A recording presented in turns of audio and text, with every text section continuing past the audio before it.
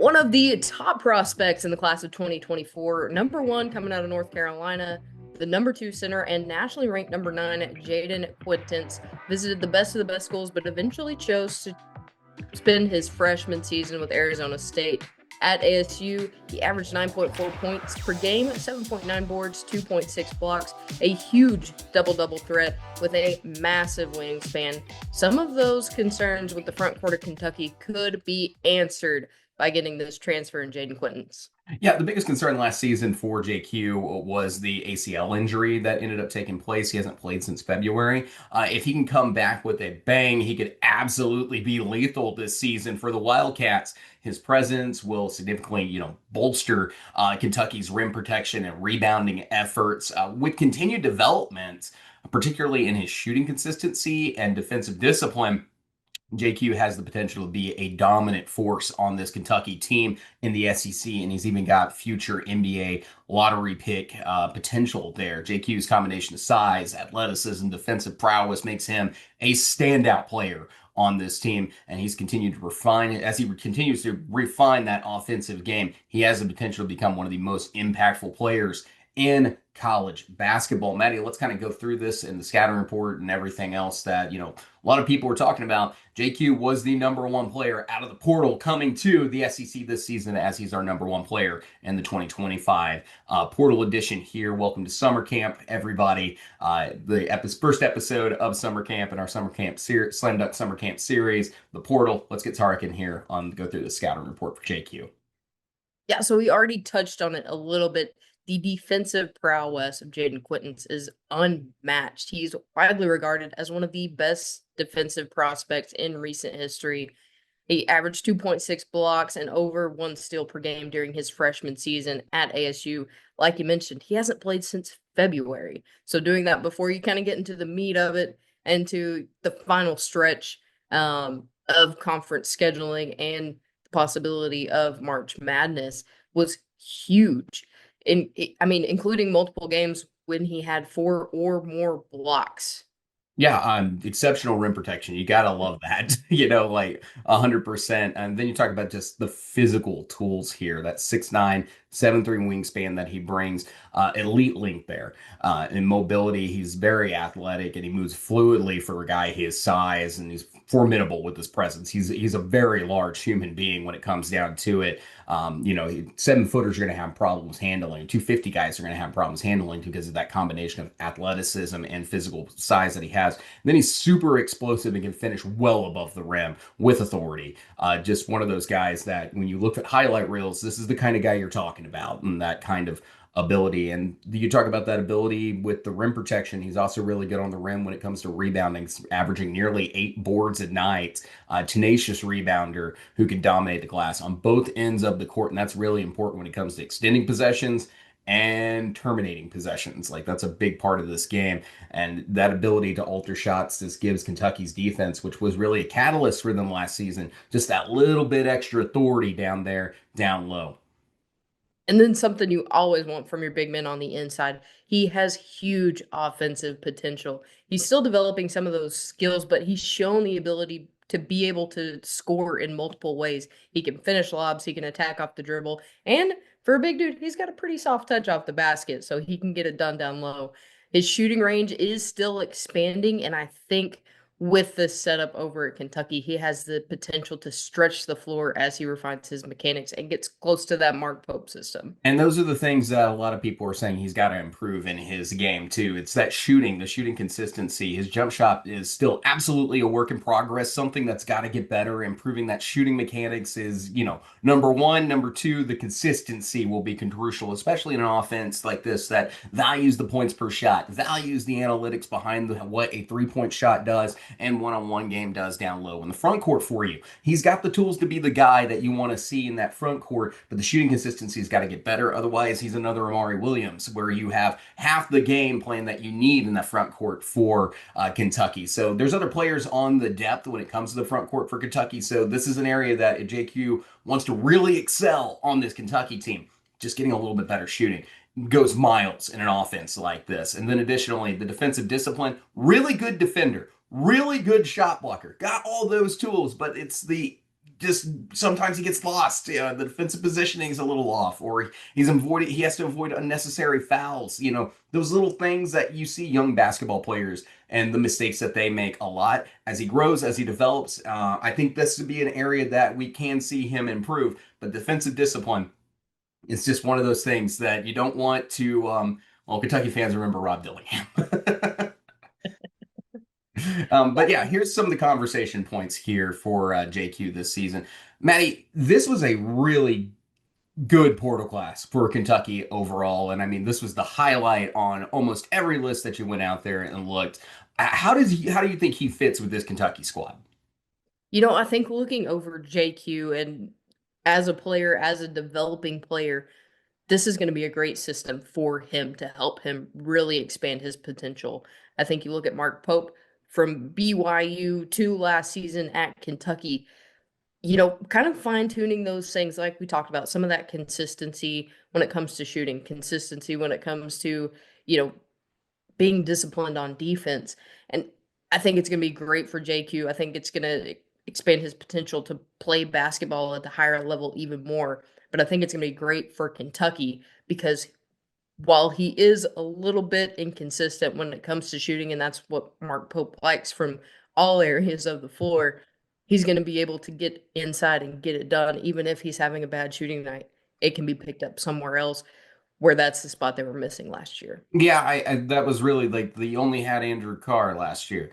Really was the guy that was the Mark Pope mold player, and that's why Mark Pope kept talking. It's like you're crucial, you're a must-get guy for me. We want to see JQ kind of expand his game to kind of fit that mold a little bit more as far as the game plan goes for Kentucky.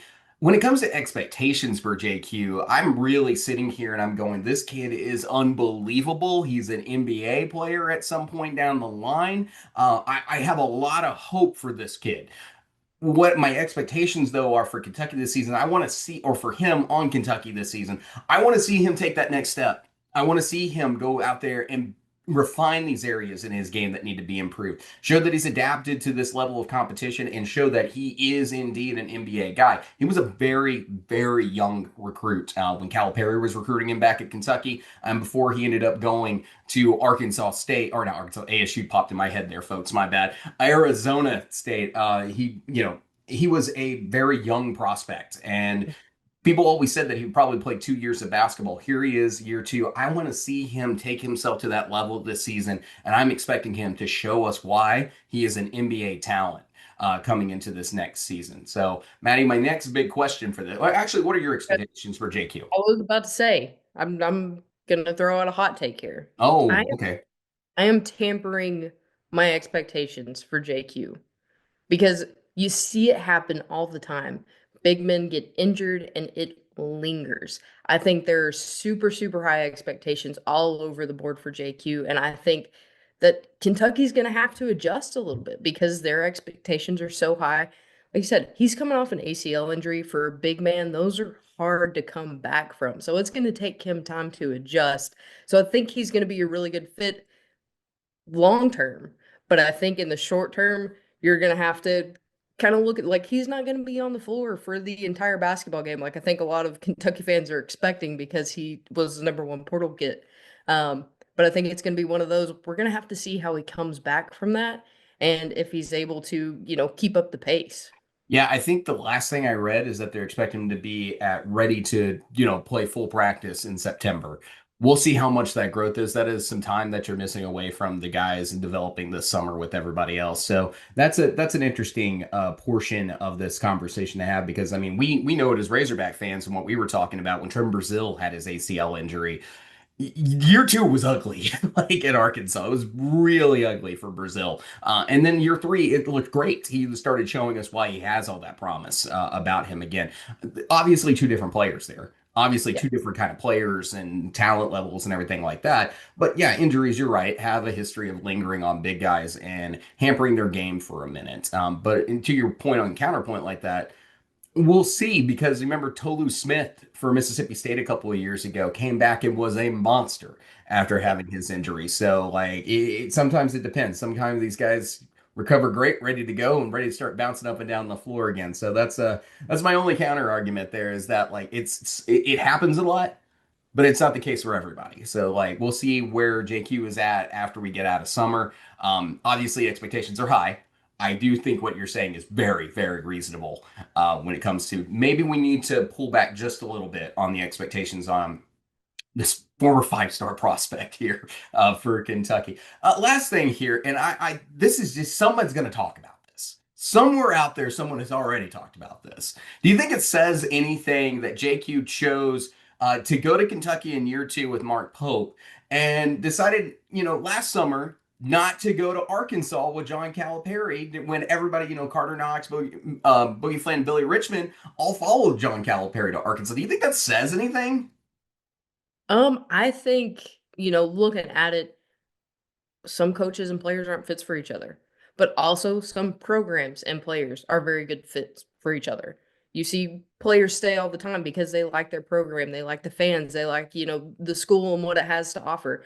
It could be that JQ's just a big fan of Kentucky and what they get done there. It could have had nothing to do with the coach, but then again, on the other side of the on the coin, it could have had everything to do with the coach, and that's why he didn't go to Arkansas. Well, the other side of that is that we have it's got something to do with the coach because we heard JQ say that he really liked the coaching staff and he's felt really comfortable with Mark Pope and everything else when he did his interview with On Three and whatnot, or not On Three, Build a 68. Another number popped in my head. But when he did that interview earlier in the offseason, back when portal stuff was going on, he said he liked everything pretty much about working with Mark Pope and his staff throughout the transfer portal process. I will say though, the other side of that, in the other incident, it's like John Calipari coming to Arkansas had a huge rumored NIL bonus sitting there from the lovely people who employ my wife. So there was a lot of NIL money that Arkansas has been throwing around out there. But the conversation was apparently the rumor mill in Arkansas was that he went to Arizona State because of the NIL situation, and he wanted more than Arkansas was willing to give him in that scenario. I don't know the exact truth of it, but I do think in this NIL area, there are things that we don't see happening behind the scenes. Mhm. And maybe we didn't catch all of that, but I think it's just an odd case. A kid commits to Kentucky when Calipari's there, goes to Bobby Hurley out in Arizona State, and then the next season returns to Kentucky to play for Mark Pope. I don't know. That is one of the strangest lines of or series of commitments I've ever seen there. It is, but that makes sense because what we've seen from Mark Pope is that he is a very development oriented coach. He took a lot of players that, weren't exactly the first picks last season, and look what he did with them at Kentucky, getting him into his system and being able to, you know, pop off on the first year in SEC school. Not many coaches can do that. So He I does think, a really good job of yeah. finding the right players. Mhm. That to me is a big thing that I've noticed through even his time at BYU. Mark Pope does a really good job of finding the best players for his game plan and the guys that will fit the best. And they may look like to people who aren't paying attention the island of misfit toys that come together and play awesome. However, like throughout last season, even last, off season, we were talking about it's like Mark Pope's got the right guys. This is the mold. I think we're going to see some of that with JQ as well this year for Kentucky. So I think this is definitely an opportunity here for a player to shine in a really good Kentucky system. And I think Mark Pope's got a really good chance of seeing one of his first huge NBA draft picks here in the early going. We'll see if where Kobe Bryant goes in the NBA draft, here very soon. But this could be one of the most significant draft pieces or draft prospects we've seen Kentucky have since John Calipari's departure. Yeah, I think it's major for Kentucky. I think this guy is going to be great. Um, just got to wait and see how that chemistry works out and how the uh, rehabilitation on the injury works out. Absolutely. Hey guys, please, if you've not already, Like and subscribe to the Hoop Southbound Show. We greatly appreciate you guys hanging out with us here for our Slam Dunk Summer Camp series in this edition of the Portal. Tennessee fans, you guys are up next as we're going to be talking about Jacoby Gillespie and our next edition of the Portal. Big changes there. Kentucky fans, don't worry. We got more stuff for you guys in Slam Dunk Summer Camp, including the Freshman 15 series, in which you guys have 3 players that are in the series this summer. So definitely hang around for that. Like, subscribe, and catch the Hoop Southbound Show as it comes out whenever this summer. This is kind of our plan. But there'll be plenty of summer camp stuff on the way. So like and subscribe, hang out with us, and we'll catch you guys in the next one. Thanks, guys. Have a great week.